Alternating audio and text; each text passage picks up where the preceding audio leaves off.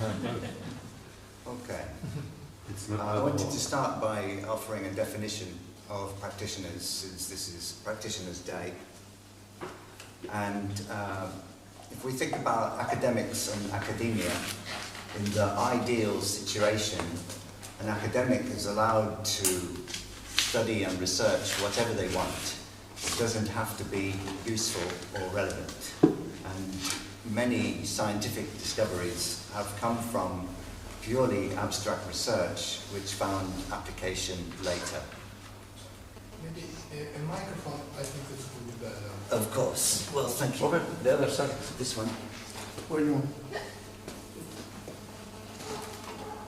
Otherwise, it's not recorded.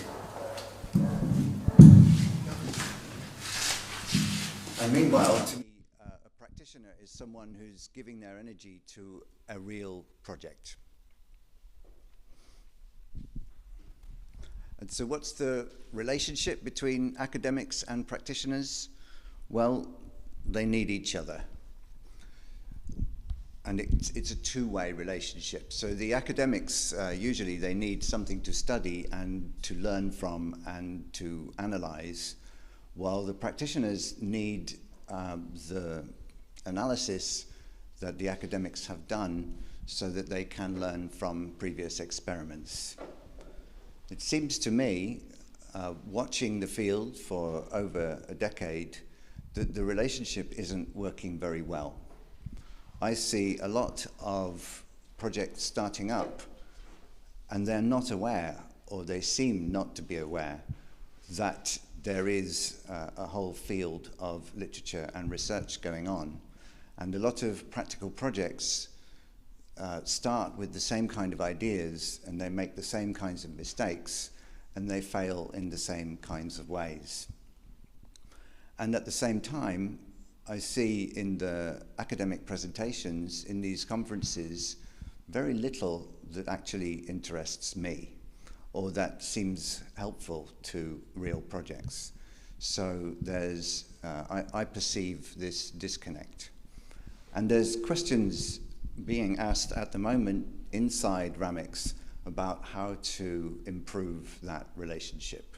But I don't think we're going to explore those today.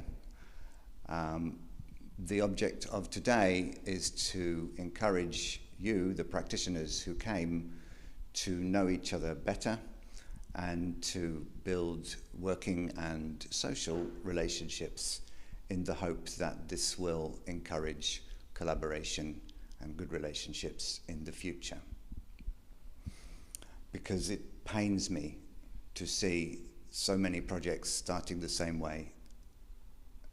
They're often very small, they're often led by one person, and we need to work together to give ourselves to other people's projects.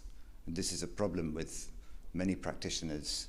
They start with an idea, it's genius, it could change the world, and they pursue it, but they're not considering the context and the quality of the idea and the relevance of the idea. And to build a movement, we need fewer ideas than we have, and we need to be able to select the best ones and give ourselves to the best ideas.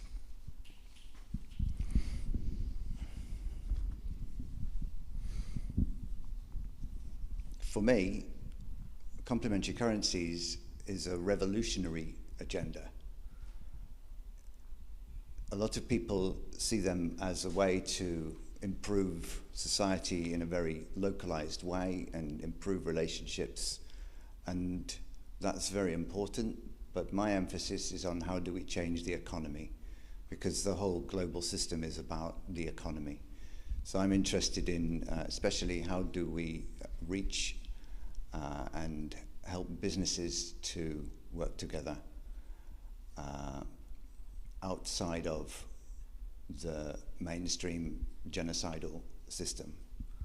Because all the infrastructure that we are given in society is basically organized in favor of genocidal maniacs, in my opinion. You may have a softer view.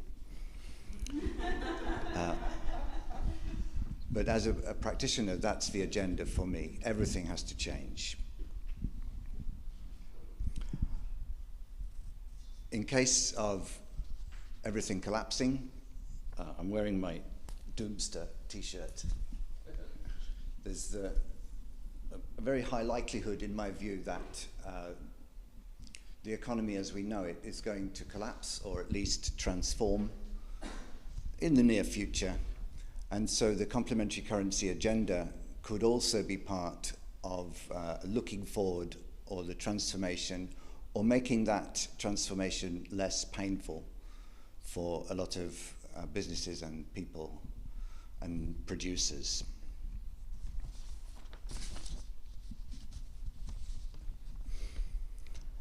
And another thing we're doing is holding the candle.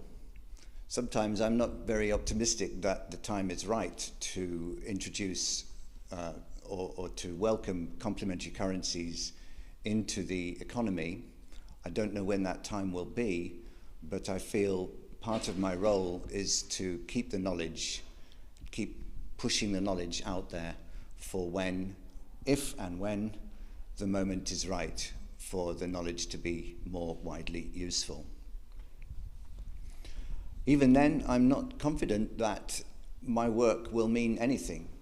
We could point to moments in history when complementary currencies have happened, but it didn't happen because of people like us. It would be very easy for a time of crisis, local governments, the mafia, or existing business networks to introduce complementary currency-like mechanisms and not to know that we exist. And we would find ourselves, as we are at the moment, looking at these projects and commenting on them, but having no political influence and no ability to help them because they're being run by other people with other motives. So I'm not sure really that anything we do is relevant, but I live in hope. Hope of being relevant and hope of being part of the solution. And I think practitioners shouldn't be arrogant about that. We don't know what futures might unfold, and we don't know our role in them. And we have to stay open-minded. Some practitioners are very, very fixed on one idea, usually their own idea. And for me, that's not the way to have impact. The best ideas need to emerge, and they need to emerge in situations. And we have to be open to that. When I was 17, I converted to evangelical Christianity. And the discourse in evangelical Christianity was that the revival was coming. And you could see it everywhere. And in church, they would tell stories about how whole cities would get converted to Christianity. But after a couple of years, it still wasn't really happening around me. And I started to see that that narrative was a narrative that lived inside the bubble of evangelical Christianity. And now I'm in a different bubble. What would you call it? Complementary currencies, for just a vague term. And I see the same kinds of narratives. Many new projects crop up, or people jump into the field and they tell stories that this is happening, this is growing, this is exciting, and to me it's just not. I've been in the field for over 10 years and I see these narratives coming and going, I see projects coming and going, but I see very little progress either in terms of the numbers of projects or even the quality of projects or even the longevity of projects. So I don't think that we can assume that there's this progress, and I think we need to be constantly reevaluating the way that we work, individually, but more especially together. Also, as someone who's been around for 15 years and a technical expert, so I didn't introduce myself, I make software for local exchange trading systems, and I'm very good at it. But after 15 years, I don't get offers of work. And it's true, there's not a lot of money being invested in this, but if there is, I feel logically, not selfishly, that some of that work should be coming to me, and it doesn't seem to be. So that's an indicator that I see that there isn't a lot of progress. I've made it an axiom that when there's money around, it never goes to the best place. The best place is, of course, to me. But that means that less and less I go around looking for the money, because money always, not only does it go to the wrong people, it goes to the wrong agendas. And if I'm trying to prostitute myself to get the money, then I'm not doing the things that I think are most valuable. And that's liberating. It means that I've spent 15 years doing exactly what I wanted, even if there was very little money to be found. Instead of money, we can help each other.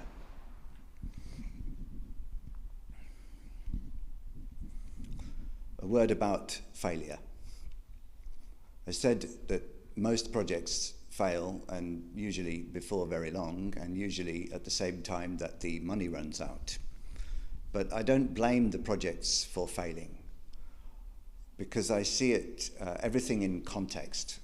And for me, the context is not right for complementary currencies to thrive and succeed. That doesn't mean we shouldn't keep trying and keep learning if we are learning. But implementing a CC is a very difficult thing, and there are very few places where it's likely to work at the moment. Some people think if you change the money, you change the world. But I don't think that. I think that money is deeply, deeply built into our institutions and our nation states and our legal system. And yes, if you could change the money, you would change the world, but the money is not changeable, at least not from the grassroots. Maybe you can point to moments in history when the grassroots did change the money. Okay, we can look at the Depression era scrip. There was a money desert, and the currencies just emerged.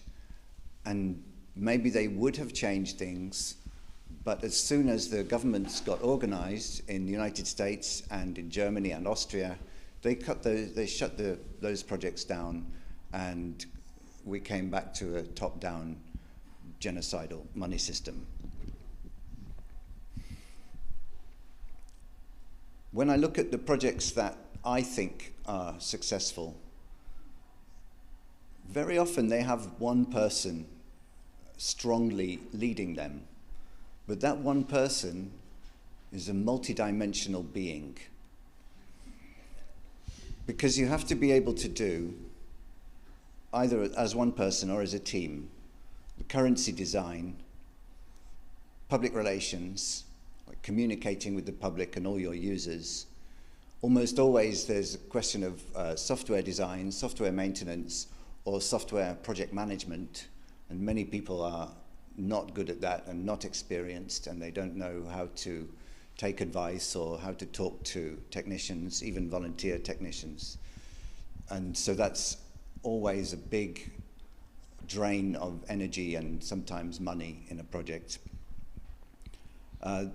They have to understand the business model and manage the project like a business, or at least an organization, so you need those business administration skills.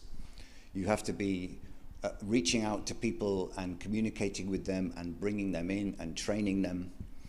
And there's always legal questions which you have to deal with as well. So it's very rare that projects led by one person last very long or grow very much. Can we move to the next slide?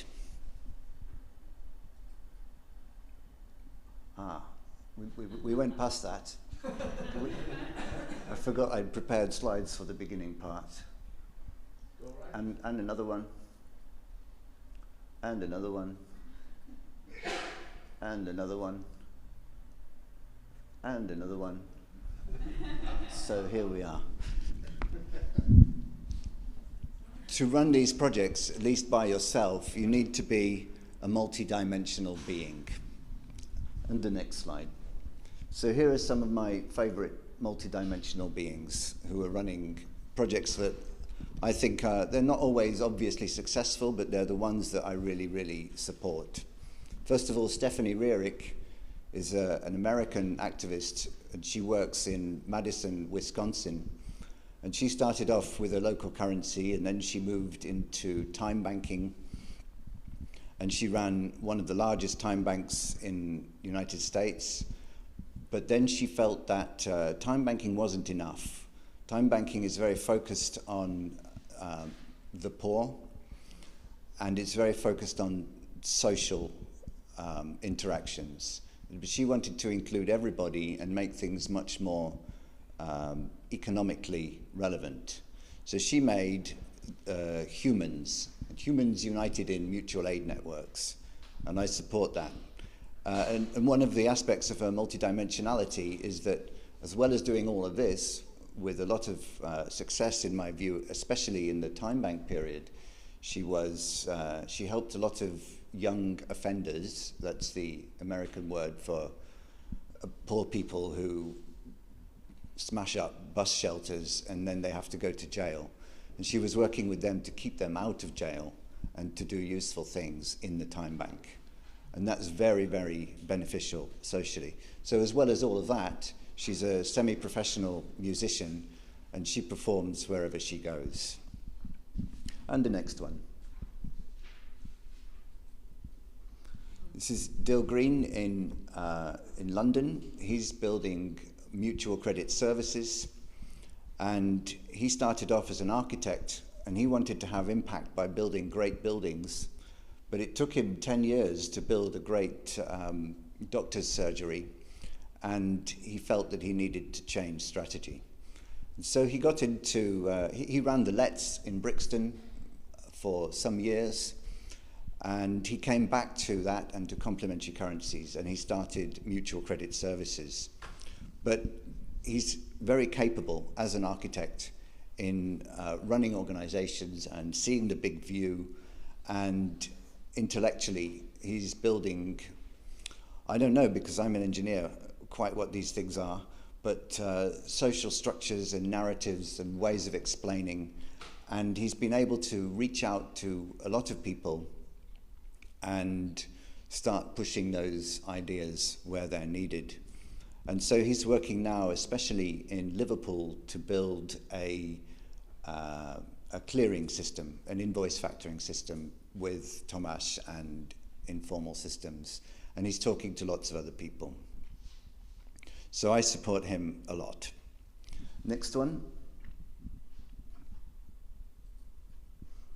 I'm sure you all know or know of Will Ruddick.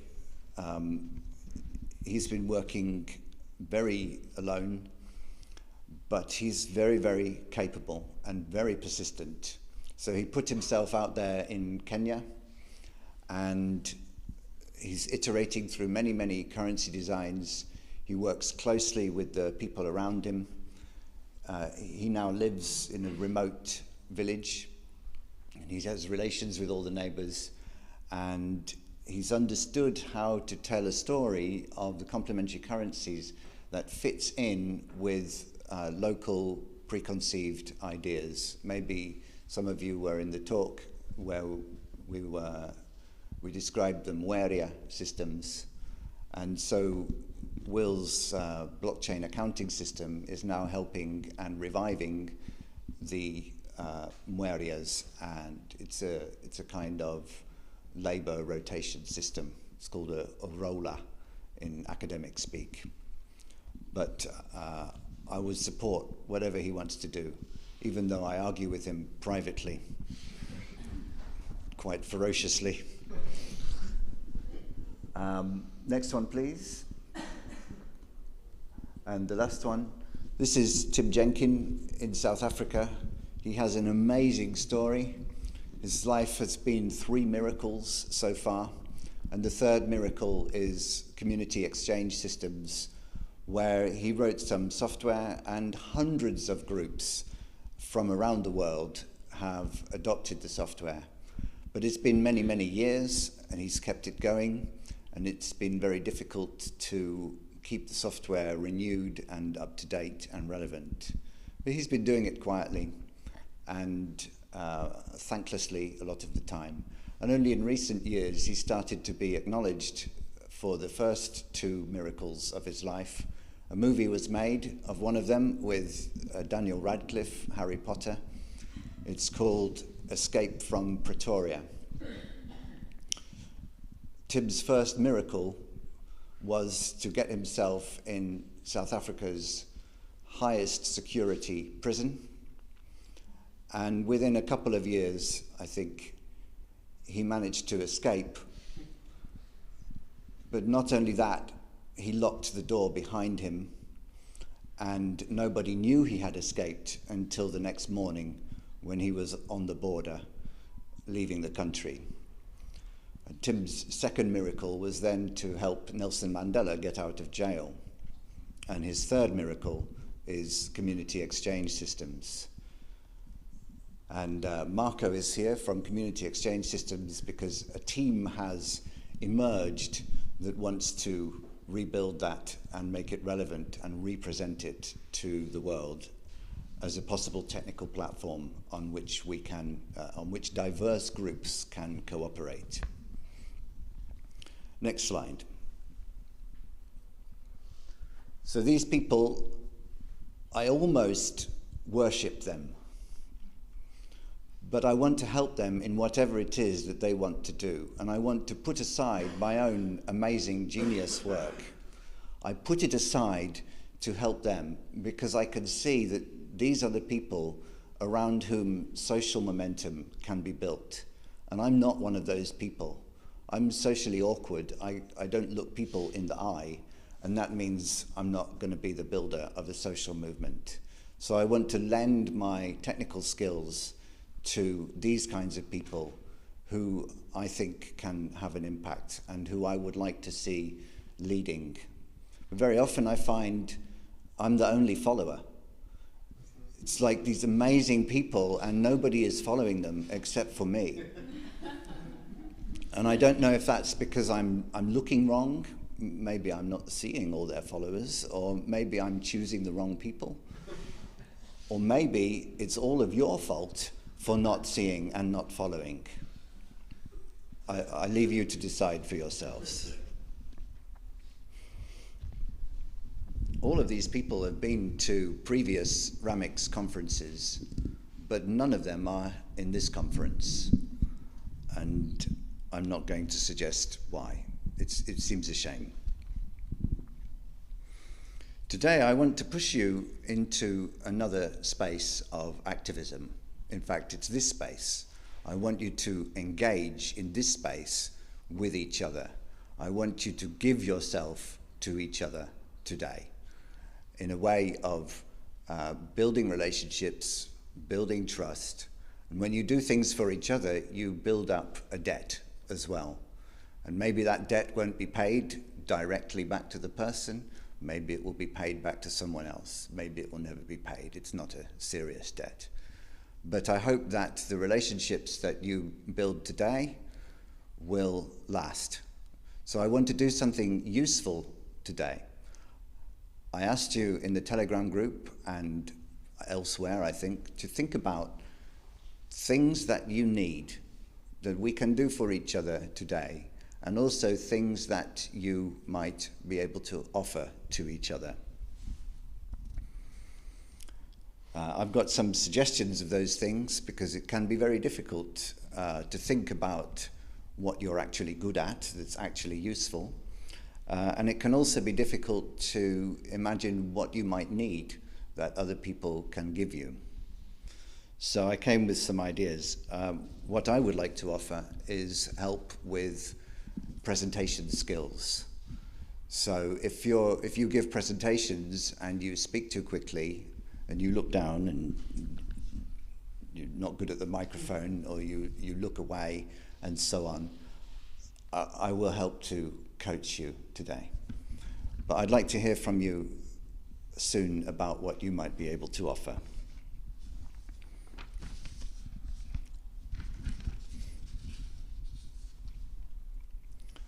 It is more blessed to give than to receive. But for every giver, there must also be a receiver. It's equally blessed. I'm just quoting the Bible. It's food for thought, not food for debate.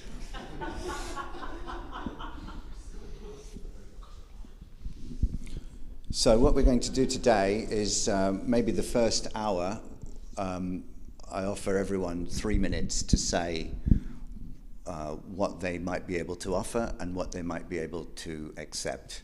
And then after that, we will try to structure little groups of people helping each other. And then when we get bored or run out of energy, I think a lot of people want to leave early and go and see some of the sights of Rome.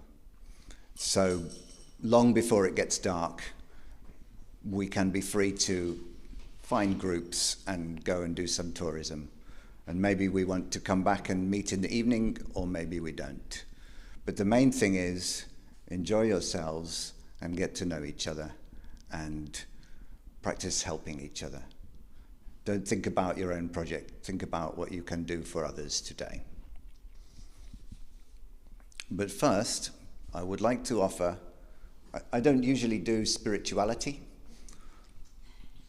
but I would like to read my prepared text and invite you to look down, maybe close your eyes, and let these words sink in.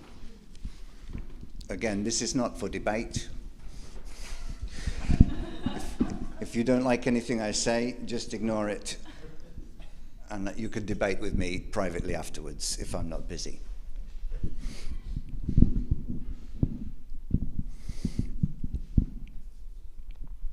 I am one of billions, and I live in one moment of eternity. I want to make a difference, even if it's only a small difference. The best ideas are not always the best strategies.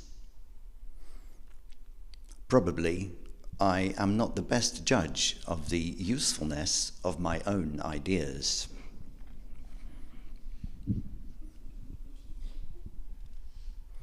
Without understanding the whole universe, I can't possibly know what the best ideas are. The world is chaotic. There is no justice. I eat while others starve. I work while others get the credit. The wrong projects get funded, and that is the deep nature of things. But I am not here for the funds or for the credit. I have no chance of getting rich, and I'll be lucky if I even get paid. As an individual, I hope to relieve more suffering than I cause, but I will never know the long consequences of my actions. As a node in a network, I hope to amplify the good things and dampen the bad things. In the chaos, we cannot easily decide what to do.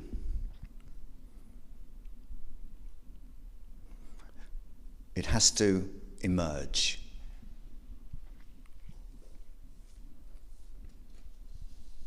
That's the end of the meditation. So what we do to build the network is we build the links in the network, and that means relationships. And that's what we're doing here today. So the aim, I want everyone to spend some time working on someone else's project, not to put your idea into it, but to help them in the way that they think they need helping. And if you can do that once today, your mission is accomplished. But I have a small prize at the end for the person who receives the most praise from other people. So that will be our metric. 2 small prizes. And it's a bit arbitrary, because how do you measure these things? Any questions? Super. Let's move on to presenting what we need and what we have to offer. I'm giving everybody up to 3 minutes, because you might have to explain a few things, but this is not an opportunity to showcase your project. It's an opportunity only to express your practical needs and practical offers. So I will begin. Maybe when it's your turn, when you feel it's your turn, when you're inspired, just come to the front and we will rotate. I'll stay here because I'm the leader. But there are 4 more chairs. Theo, okay. You want to start? Okay, yeah. I wanted to have make another offer. So first of all, if you want some speaking coaching, we could do that in groups of 3 or 4. But also, if you have some technical needs, like your email is screwed up, or you want to learn how to use Gmail more effectively, or little things on your website or your content management system, I'm great at all of that. So you can ask me if I'm not coaching people. Do I have any needs? This is much, much harder. If I did, I forgot, and I'll come back. Okay, so I've been thinking about offer and needs. Mm-hmm. So I missed the beginning of yesterday workshop, your workshop on educators. So I missed the beginning because I was talking with Jerome. But I've been having this little dream in the last months about creating a website for explaining netting techniques. So inspired by Thomas and by Hans, but also I found this historian that was explaining in his papers. He has been doing a lot of work on archive work on explaining netting techniques used by European medieval merchants. And I'm planning to work on these algorithms, and my idea is to have this educational website explaining netting techniques. I work on Python, so like I will be working on, let's say, on the back end of this educational website, but I might need help on the front end development. So, like, the one thing I have in mind is very simple. It's like any group, anytime, can upload an Excel file with all the transactions, obligations, and the algorithm you choose give you the simplified Excel file. So it's just like simply uploading an Excel file and downloading an Excel file. So no crypto, no blockchain, nothing. It's super simple netting. Yeah, yeah. So you want some help with the front end? Not too much. Yeah. And it should be an hour or 2 with somebody would be very useful. Sorry? An hour or 2 with the right expert would be very useful. Yeah, I don't know how long it takes, but in fact, it's very simple. It's like, I don't know, this kind of free website to file conversion. So you just upload a file. Mm-hmm. So everything is anonymous, and you don't need specific, very technical stuff. And what are you offering? So I offer the Python skills. Python, yeah, I work on Python in general. I don't know how many people need Python here, and of course, like if I find other, maybe I can offer something else. Of course, like I just started learning Python. Okay. So I'll Okay. talk to you later. Okay. Is there anyone who would like to help Theo or who needs Theo's help? And of course, like this is connected to your project. Let's say, like the idea is to have some, for those who are interested specifically only in netting and clearing, some educational website for you for the RAMICS working group. Yeah. Okay. Does anyone want to volunteer right now? Super. Yeah. I also use Python. I have like a number of these algorithms running. My idea was to also to present them publicly anyway, to open everything. I plan to go way far from just clearing, but doing stuff like prioritization, making sure that the clearing, because clearing is an interesting animal. It has infinite number of solutions, so people don't realize this.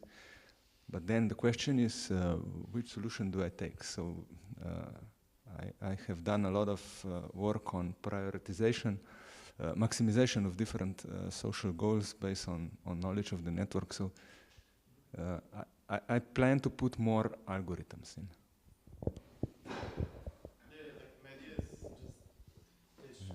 It's really like more with the educational purpose, let's say so. No. Yeah, but this is educational. People don't understand the benefits of sharing information. So you share info. I trade, you trade. Now we collect this somewhere. Yeah. We are unlucky. We don't have means. We use complementary currency. We think we did everything, and it turns out we didn't. Yeah? So people don't realize that even if you use a social currency, a complementary currency, as long as you break down the process on transactions, you are missing the optimization opportunities. So people don't understand networks because they are way too complex for people to turn the head around. So this kind of website, as an educational tool, I think should bring this knowledge that sharing information to form networks creates new opportunities for optimizations within the society that go way beyond just, oh, can I pay or can I not pay? Thomas, we need to focus on each other's offers and wants. And I'm sorry, I'm a very specific, practitioner. I cannot step outside of my shoes.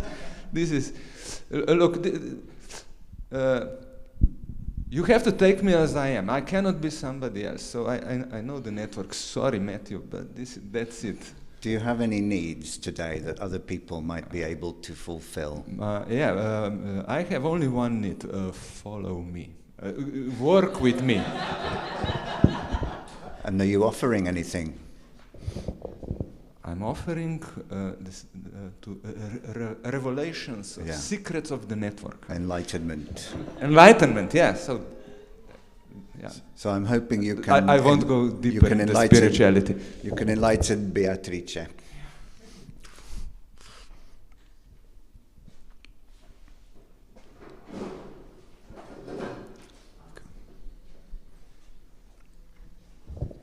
Okay.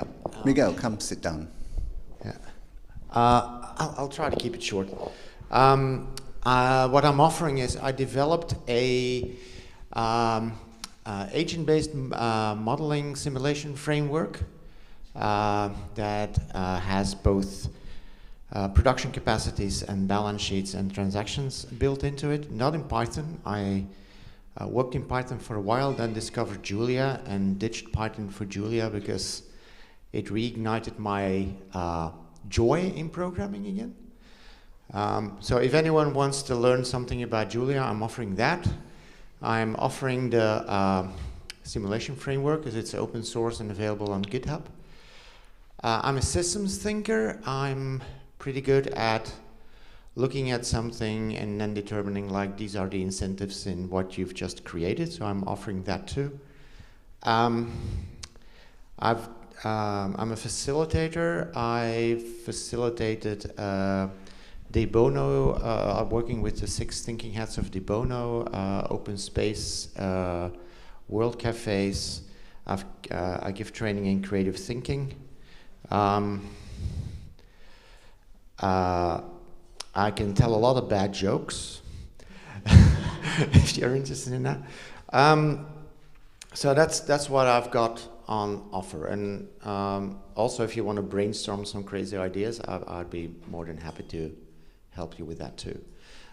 What do I need? Years ago, at a leadership conference, I spoke this crazy thing: I want to change the world economic system. I designed a monetary design for that. I'm doing a PhD on it. I could use help. Either tell me, like, oh, okay, that's a great idea, and help me spread it, or tell me it's a really bad idea and tell me why and where are the holes. That's it. Thank you. Also, if anyone wants to be introduced to programming for the first time, I bet you could give them a great hour. I can try. Yeah, we'll do it together. That way we can probably support each other in helping people to learn to program. Because one thing I've learned is that sometimes things become so obvious that it becomes really hard to explain it to someone who's new to it. So. It's okay, I have material because I was. Yeah. Well, we could probably do the 2 programming languages next to each other, because Julia is a functional programming language, while Python is OO, and functional programming has some serious advantage over OO in flexibility, and it's also quite a lot faster. Could you explain what it is, OO? Yeah, okay, object... No. Yeah. Not now. Yes, I can explain what OO is, I can explain what functional programming is, I can explain the difference between them.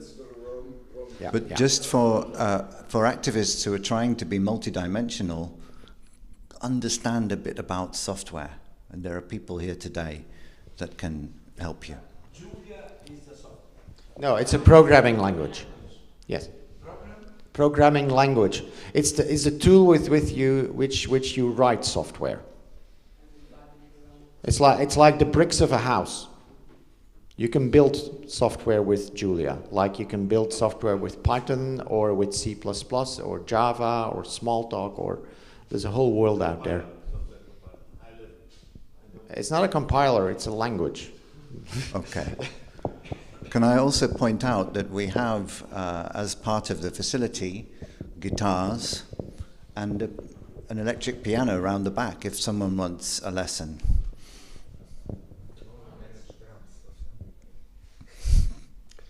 Can I? So, good morning, everybody. I was reflecting on my origin, which is like, I still nowadays, I rather identify myself as a linguist than, for instance, economist. Even right now, I have the degree of a PhD on social economy. So I was born and raised in a country where very few people speak English, and then moved to another country where also very few people speak English. And I've been seeing that the language barrier is very huge. So locals can't learn what's happening out of their language sphere. Well, in case of Spain, it's a bit better because Spaniards can learn from Latin America because we share the same language. But of course, in case of Japan and other Asians, it's the language has been still a big hurdle, and I'd say that it's even getting bigger and bigger because people are getting more and more reluctant to learn a new language. So what I can provide is that, especially when you have some video to explain your project on local currencies, I can help you dub those kind of videos So for instance, let's say you, Tomasz have some video in Slovenian, and somehow I get a transcription, so I translate it in English, so non-Slovenians can learn from practices, or Spanish for people in Spain or Latin America, and so on. And what I need is actually practical cases in which local currencies are very successful, very helpful in achieving some specific goals. For instance, I still remember that collaborators in Argentina was very, very successful because people could get food in those networks. And at that time, when people were really unemployed, getting, finding food was, essential. Sorry. So, well, I'm not saying food is, it has to be always food, but if we, I'd like to study other cases in which people can get access to other essential, something else essential. For instance, I really need to talk furthermore with Natalie from Calgary Dollars, because she was giving a story about affordable housing there in Calgary. And I missed the story, but I would have liked to listen furthermore from Chris from Hudson Valley Current, United States, because they are setting up social enterprises. Maybe here in Europe we have some other experience of this sort, and I'd really like to learn such experiences. Thank you.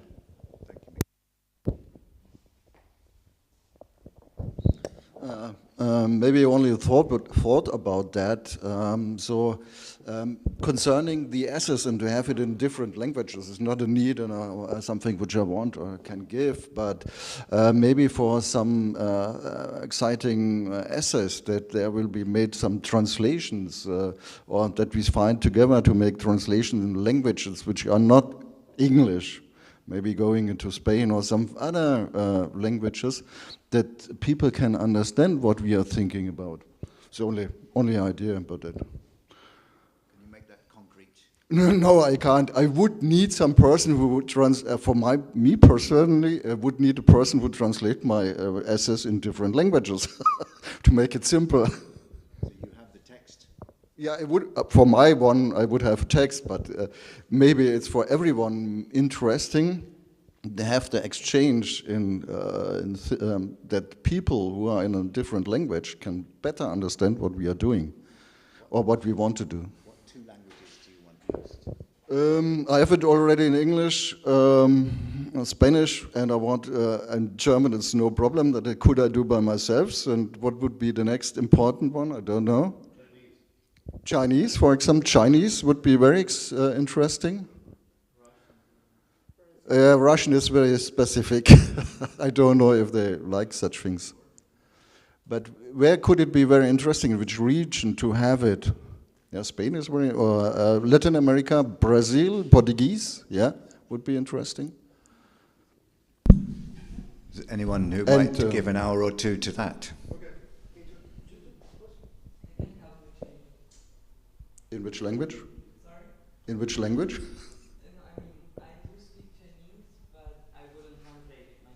Yeah. Oh, thank you very much. That would be very nice. Yeah, thank you. I don't know what I can give. What I'm really like to do is make pictures. I'm a camera with me, and it gets make small movies. If you are interested and you allow it, then I would do this and put it somewhere in the net, well, where you want to have it.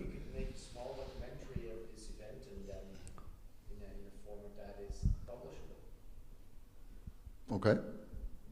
If everybody is accepted, then I'll make some pictures. Okay, fine. Even a 3-minute movie would be marvelous. Oh, for sure. Okay. The next one. What do you mean by fulfill? Well, it was an offer and a need. Okay. Well, I'd certainly like to speak about this. I'd like to know more about your hour-long cameraless storytelling. Okay. Because my interest is about storytelling. It's a technique.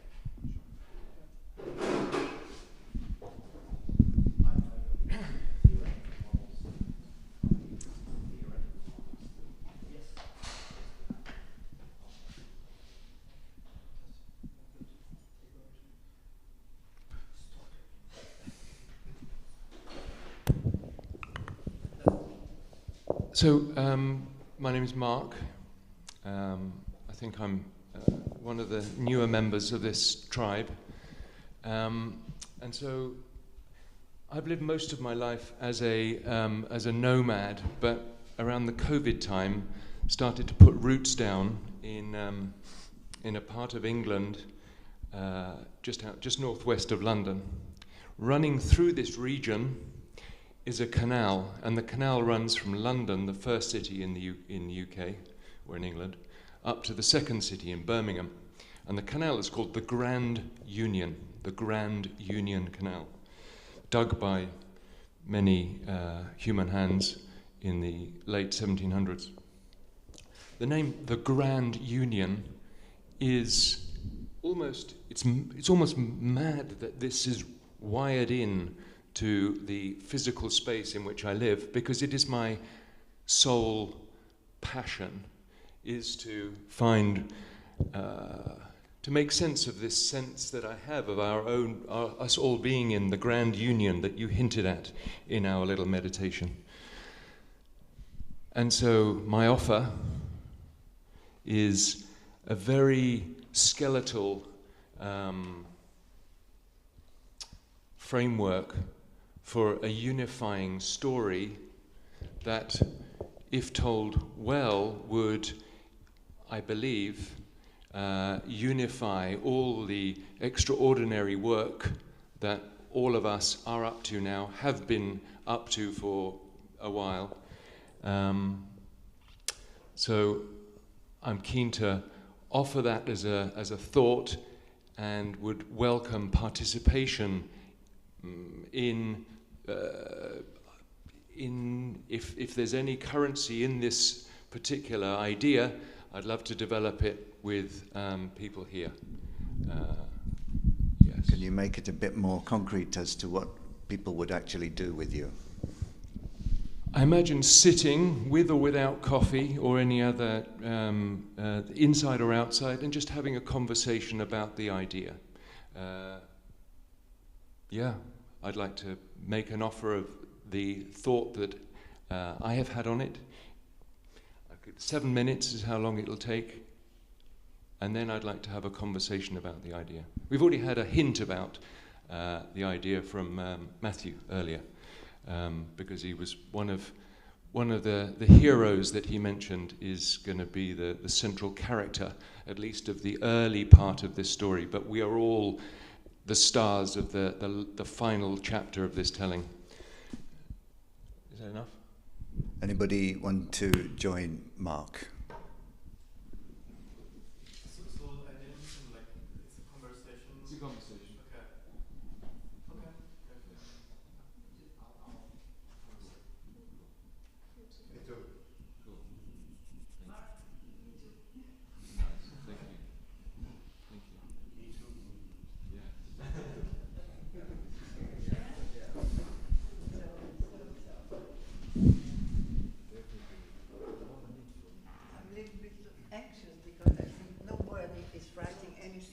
And I'm afraid all those ideas are going to be. Are we being registered?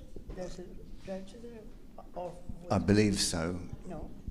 I'm not a big fan of writing things down. Yes, I'm a lecturer. You know, I've been teaching all my life long. So for me, it's important we take notes, because I don't remember exactly what he offered. You know, that's the way mind functions, I mean. So let me tell you, my most urgent need is to form a group to help my friends, known and unknown people in Valencia.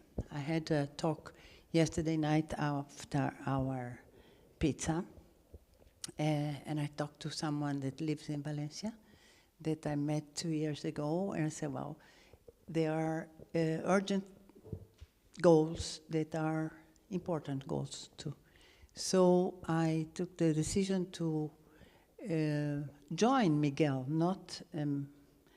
I'm not joining Miguel. I'm trying to get Miguel join me in this project of helping my friends in Valencia, because I listened to story that I could hardly sleep after this, because people are not yet awake. They are still under the shock. They cannot understand what is going on. And they know that what they need are not public help like streets or water supply or electricity supply. And what I think is that what they need is love. And the opposite of love is not hate, is fear. And fear is a basic emotion we tend to hide, not to avoid what we fear, really. And I decided to work with friends in Catalonia. We have friends, common friends with Miguel, and maybe some of you too, Ton Dalmau, because Ton is very keen with the guitar. And what I think I can offer people in Valencia right now, because they are neighbors, they saw neighbors of them going out in a plastic bag without saying bye, you know. So they are, and besides this, just by chance, because I was there 2 years ago, I was almost transferring myself to Spain instead of South America a couple of years ago. So I met people interested, and the guy I was talking to yesterday night already did an essay of launching a community currency. So he is very, very close to the idea, but right now he is in a sort of coma, you know, and he cannot see anything in a week term. He's still 2 weeks, or I don't know when was the day, because for me the time, when was the catastrophe in Valencia? Tuesday, 29th October. Oh, so 2 weeks. It's still raining in Spain. It's raining, but it's what happened to them is my concern. So I decided that I can do both things. On next 14th, November 14th, I launch a very challenging project of training people in Colombia, Mexico, and Ecuador, because this is already an engagement that I took, and I'm going to do this because it's like, you know, for me it's like putting a bicycle and doing this. This I can do it, as we said, without looking at it, okay? Just, I think I can offer this good capacity of listening to people and listening what you're not saying and what I think you are not saying because you fear something. So I would say that besides master coach, all those titles and training I've been under, I have also this particular ability of reading emotions. I'm a bit confused because you're talking about traumatized people in Spain, but you're talking to people in this room. Yes. So can you say again, what's the concrete thing? What do I need from people here? Mm-hmm. Concrete openness to imagine together how could we get a different approach to how to help people, not send money. Maybe send some money, some small money, but how can we prepare ourselves to be efficient with these people that need much more than electricity and water? They do need this too. They need comfort, they need hugs. And which kind of hugs can we do, can we offer them? Because I think it's, our challenge is this, is to take things when they come, not when they are in our mind. So I found this, and I found already a couple of people I would like to invite, but first part is thinking. For instance, we should take a guitar, we should make, let's say, with children, a workshop how to, with percussion, and invent with all this, you know, garbage they have collected and they don't know what to do, train people to do things they've never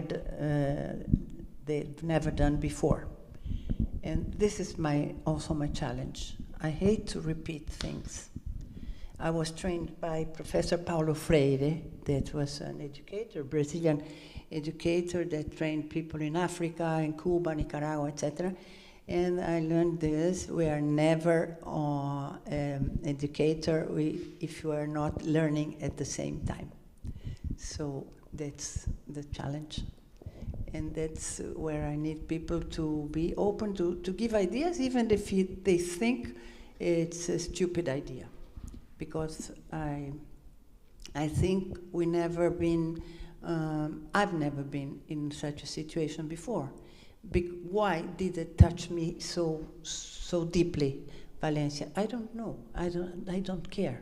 Just before I had been working with Cordoba in Argentina, we had several thousands of acres that were burned. And of course, I gave money here and there and there and there to specific people that I know the money was going to be used to buy things they needed. Then we have Porto Alegre, I'm Brazilian, it's touched me very much. I lost friends there in the last flood. But now Valencia, maybe because of our meeting, because when I see the tribe, someone called the tribe, I think that we are all world change makers, because if not, we wouldn't be here, okay? And I don't think people here are here because they have fun. But at the same time, fun must be part of the game. And I don't want to bring tragedy. I want to bring them joy. Because if you don't feel joy, it's not sustainable. This I know. Mm-hmm. If you have to do a sacrifice to run a community currency, for me, it's already out, failure. Mm-hmm. So we have to learn how to train ourselves in joy. Would anybody like to join Primavera? Sorry, Eloisa. Yeah, Eloisa, Primavera, both. I really like the speech, but I didn't understand what exactly I can do right now, for example. Not to know what to do, but want to discover it. Okay, just let's have a conversation about Yeah. Okay, conversation about this. How could we join a group to give ideas or practical initiatives? You're good on it, for instance. I know how to build small drums for children, and how to make a chorus with people that want to sing but are not professional or good singers, this kind of thing. Would you like to offer anything to the people here today? My capacity of listening, and my capacity and my courage of telling without any problem which are the fears I read in their discourse if we talk about important things. Because normally if we talk about kitchen, your fears do not merge. But if we talk about what is important for you, then fear appears. So maybe people might be having anxiety about their activism or about the state community currencies. The state of the world. Yes, sure. And what are we doing here? Yeah. And you might be able to comfort them. Yes, not comfort, listen, because I think when we listen to someone, the person that is speaking is also listening, him or himself. And I learned a lot about myself when I talk to other people. Maybe I can offer this. I'm good in doing good questions. And this is I'm recognized by my students that I do questions that help them see things from a different point of view. Thank you. Okay? So I take that.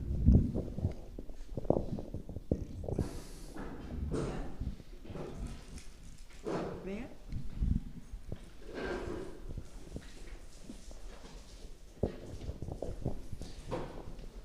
Good morning, or is it good afternoon? It's still morning, I hope. I don't know. I'm Silas from Kenya. This is my first time being here. Attended the conference for the first time. One of the things I can say, I'm a good community mobilizer. have a background in mobilizing community to come up with homegrown solutions. I can say sometime in the year 2000, where I'm coming from, they had a challenge in waste management. And I was the first person to come up with a way that people within our community can manage their waste, despite the fact that our county governments are not able to offer such services. And also when I heard about the community currency, walked around with the researchers, with the research team, and identified some of the challenges they were going through in identifying, in mobilizing groups to come up with a way people who can accept the concept of community currency. Initially, when it was being introduced, guys would look like, where is that money coming from? Is it a donor who is bringing some money? And we looked at ways how we can address such solutions. Initially, it was more of the digital, and currently we are doing it using a paper ledger. The reason being is for people to understand, get to know where that, how you are generating that money, an enabler for us to trade amongst one another. When it was being, when we were using the phone, or like, is it a magic, or what is it that, where is it coming from for you to receive something and me also to get something out of it? But when we are writing it down, we get to understand that there is we are starting from zero, and we are able to trade over value of something, and it's written, and the other person writes it. My need, I can say in this forum, as I was listening, we have so many tech service guys who are programmers, and I want in a scenario whereby, where we are coming from, the cost of access to internet or the data is far much costly than the trade. I can give an example. You want to trade a commodity of maybe $1, and for you to be able to trade, you have to buy data, which is maybe $5. So it's an hindrance to trade amongst us when we go to the digital way. So maybe those who are, I would like to be connected with somebody who can come with up with a good program that can help us transfer our ledger in a way, and also be able to trade and avoid the cost implications that come about when we are trading amongst ourselves. Thank you. Thank you. There are technologies like secure scuttlebutt, which do transactions between phones without connecting to the network. And I think there are accounting systems in that. Okay. So let's do a bit of research. Yes. I think I'll get in touch. Thank you.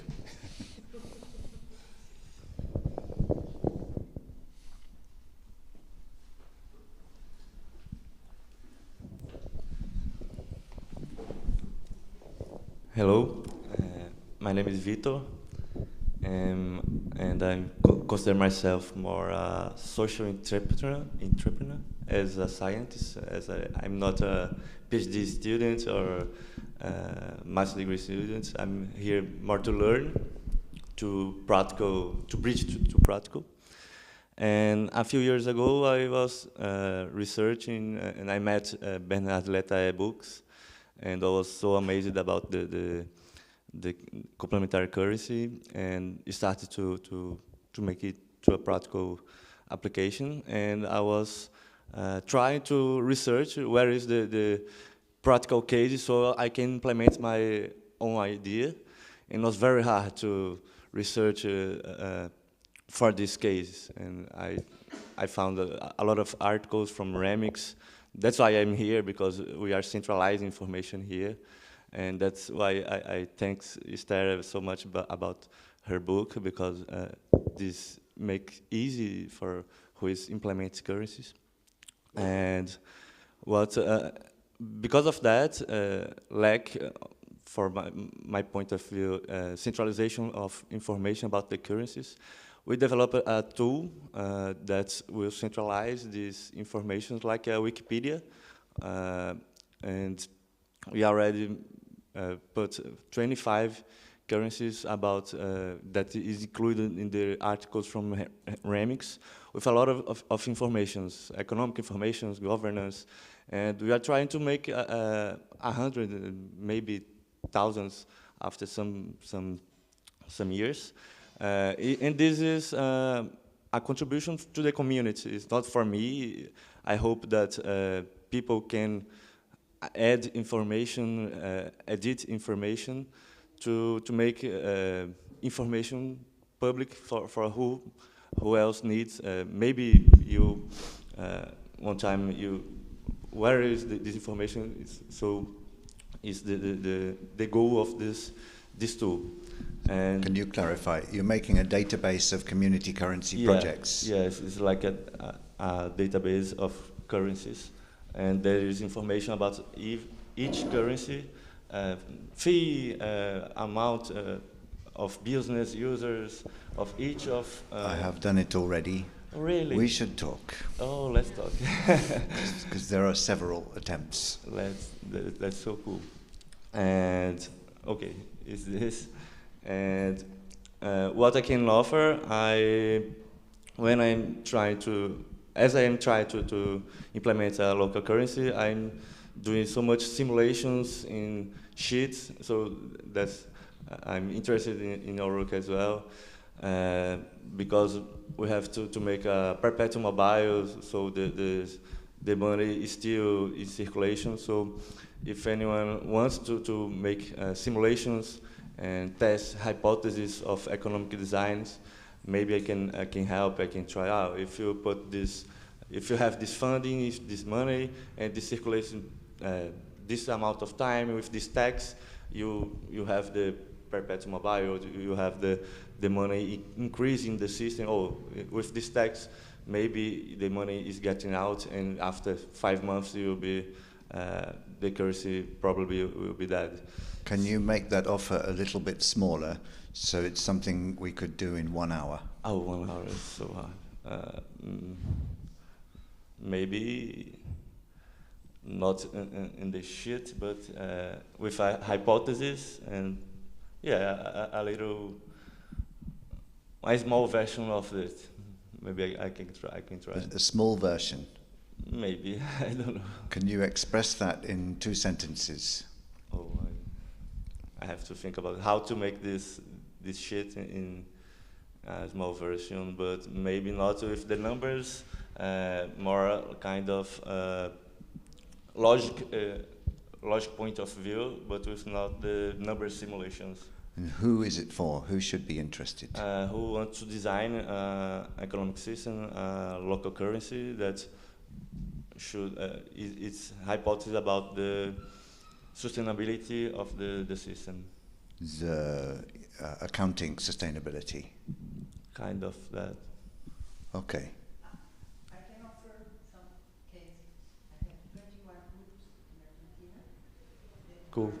Trading in paper and in platform, Cypress platform. Nice. I can give you the analysis so that you can test if your proposal is useful for all of them. Because when you launch a community currency system, you have different phases. So I think the one is to know why it starts growing and why it stops growing and fails. Nice. Because 98% of community currency systems fail and disappear. Nice. Speaking from 27 years of experience. So I think we do need such a thing as yours, but it's important to take real cases, to test your tool. Sure. Okay? That's nice. And the language is not a minor aspect, and then Brazilian. So Yeah. you can Nice. Thank you. Thank you. I think we've done more than half the people. Hans Florian.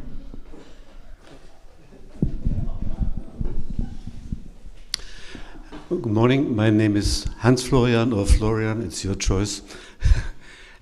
What I can offer is how to deal with wicked problems. Maybe you have heard of that. There are different techniques.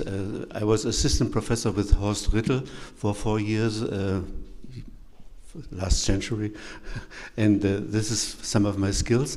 And what I concretely have to offer is the twin token, which is a community currency which is one mold with a clearing community.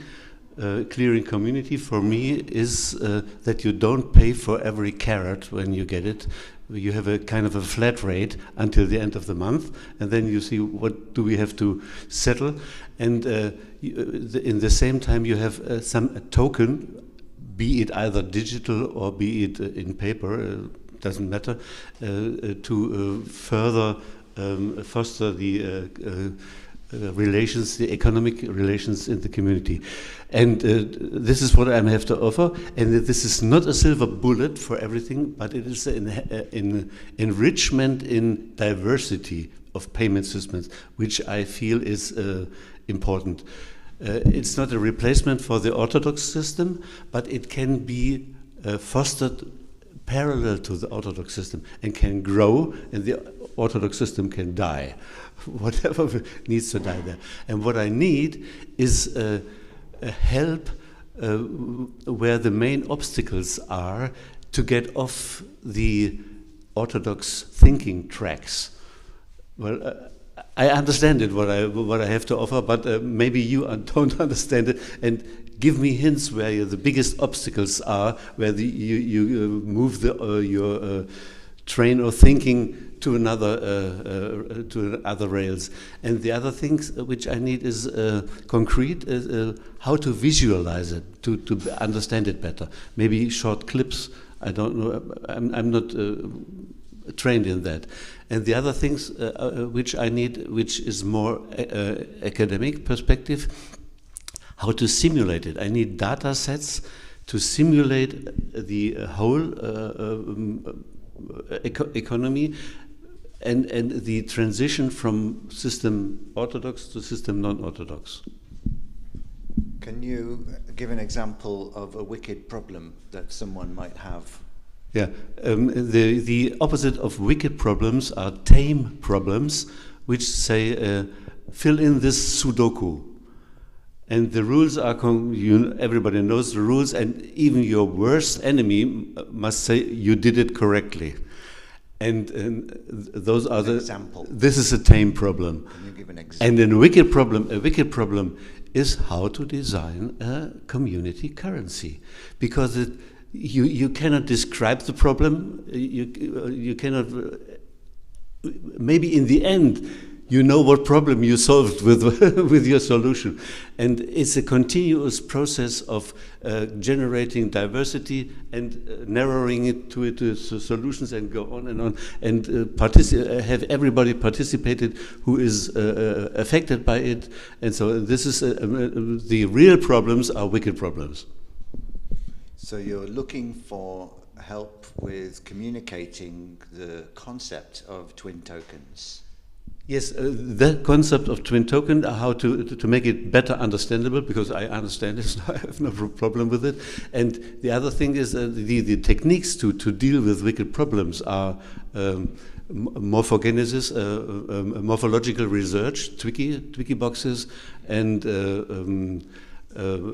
issue-based information systems, argumentative mapping, and the principle of systematic doubt. Once you have the story of the problem, you can generate every solution by the principle of systemic doubt. This are things which Horst Rittel, who also had a chair in Berkeley, developed as a second generation of design theory. Okay, thank you.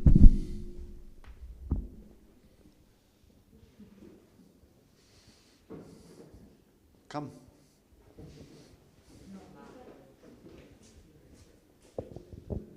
Ah, sorry.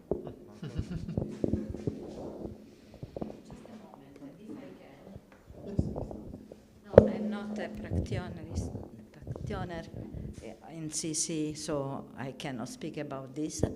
And maybe I will be an academic when I was more younger than now. But I have a suggestion. This is a paper, and I put the paper on the table. Black table, and I buy some post-it and some color.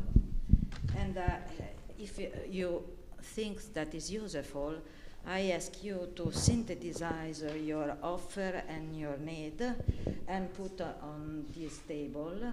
So at the end, with your name, if it's possible, so at the end you can take a click about the picture and have a new remember about the possibility that this network build.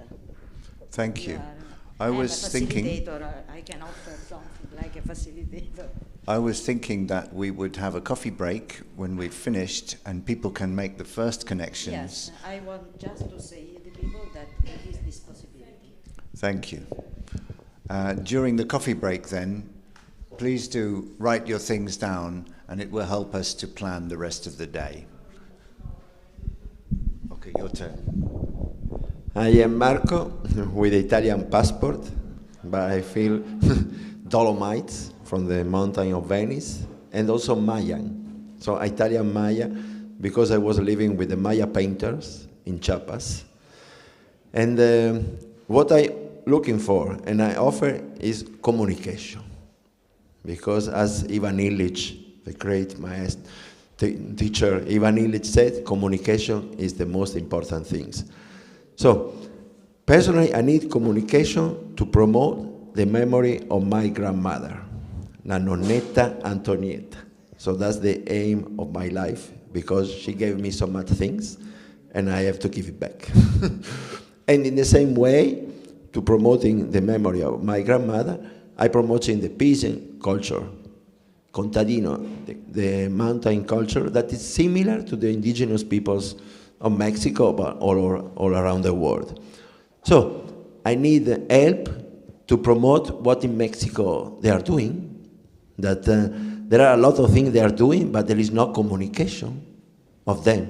For example, these Maya painters, Osvaldo, Antun especially, that is bringing alive the Chulel, the spirituality of the Maya, that is keeping alive that Maya people are still living. They are keeping alive another way of spirituality without religion, and also a way of working without any interest in being recognized by the state. So the Maya painter. Then my partner, Adriana, that is a teacher or artisan, and doing also tintes, dyeing colors, and also teaching artisan workshop in Mexico and also abroad. Then the space we open, Casa Kit, that is a cultural center in the city of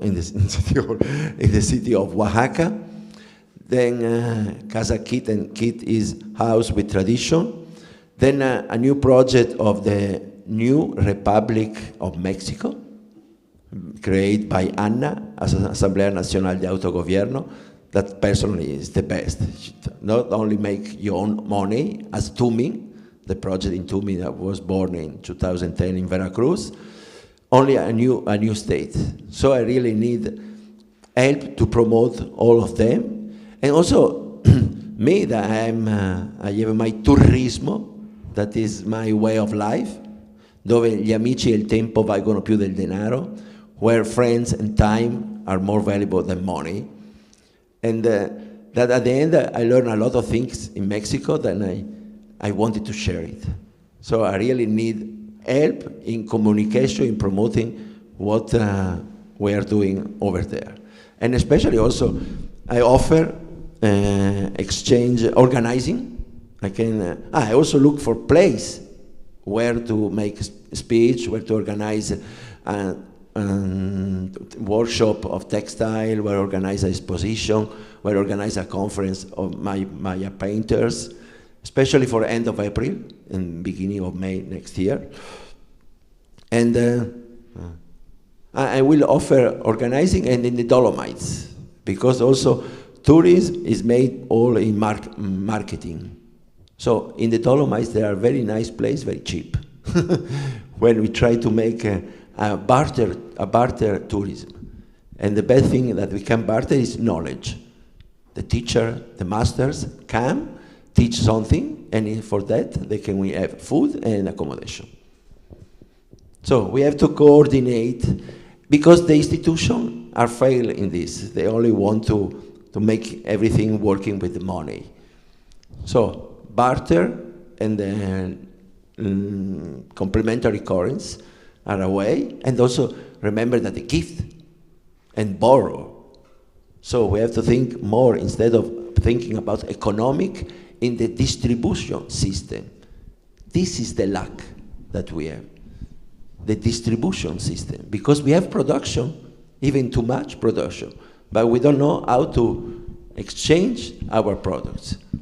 So I suggest just to skip a little bit from the economic and focus on how to make the products move between us. So, thank you. Can anyone help with that? Media, journalist, somebody that have a web page, a blog that they can promote, or just send it to your friends if you are wanting to come to visit Mexico. Oaxaca is a nice place, lovely town to visit. Thank you. It's a Cristobal, because the painter did it in Mexico. Hi, I am Beatrice, and I tailored a bit my offer and needs because I will have to leave around 1:30, so I made them a bit movable. Could be online, could be in presence, but not now. Could be a bit of everything. So similar to Marco, my idea was to offer a spot, also inspired by Esther, close to Tuscany, which it's a co-living where they're farming, where they have animals, and they're super happy to host conference. They are in the field of sustainable finance because they're connected to Banca Etica. Actually, the community is founded by the founder of Banca Etica.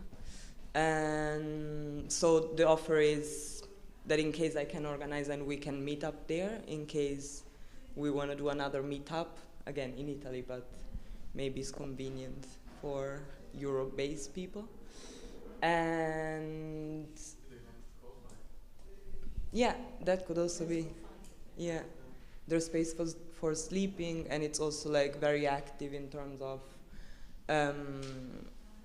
we can have not only our brains working, but our hands working on the field itself. Sì. I was my professor. Ah, yeah? Have you ever been to Aya Santa? No. Which is this community? No. Super. Aya Santa? Yeah. Aya Santa. Why? Like Aya A-I-A. No, come si dice la I? Te lo scrivo, después te lo scrivo. No, I forgot. Ah, yeah. And the second part is related to the institute I work for. I work for the Institute of Social Banking. We are like very small but kind of dedicated. And I have both an offer and a need in this case. The offer is we are a network organization, member-based organization. We do education, and we are I am now trying to start up the research that is very linked, that wants to link practitioners with the academia. And the offer is, have a look at the website. If you see that any of the members is interesting for you and you would like to dive deep in one of these members, I can easily connect you to different people in different departments because they're all very friendly, very open, and very willing to have different kind of conversation. So that would be the offer side. And the need side would be, as I said, we're small. So the core group is me and my boss, very small. And sometimes we feel we get like kind of stagnated, like, yeah, it's, we lose a bit of our dynamism that we like.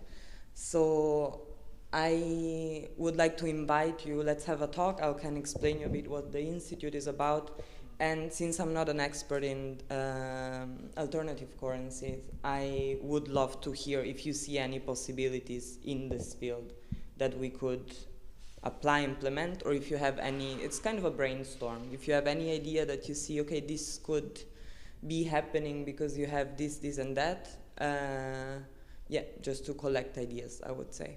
Like a hat where we put ideas on. Thank you. Any takers? Yeah. Maybe one question is like about the definition of social banking.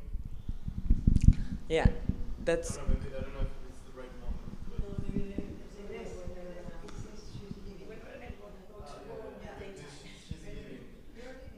Yeah. 1/3. You live in 1/3. Yeah, exactly.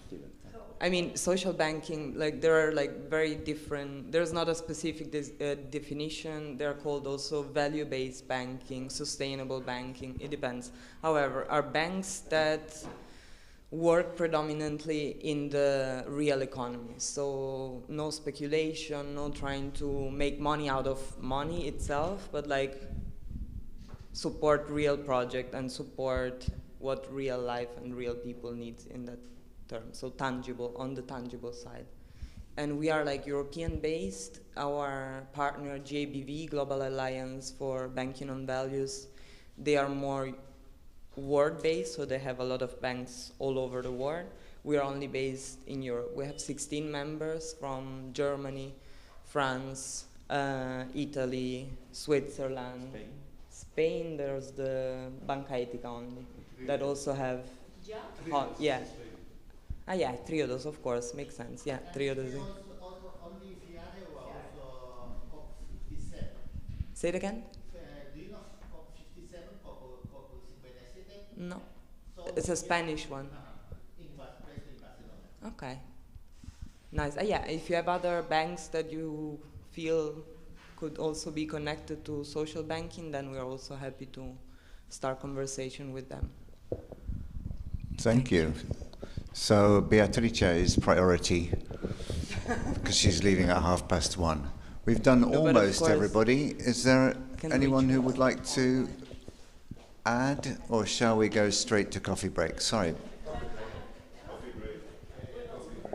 Okay, so in the coffee break, focus on who you can help. And let's see if we can spontaneously arrange the first hour. Approach the people that you would like to help the most. This will be 15 minutes.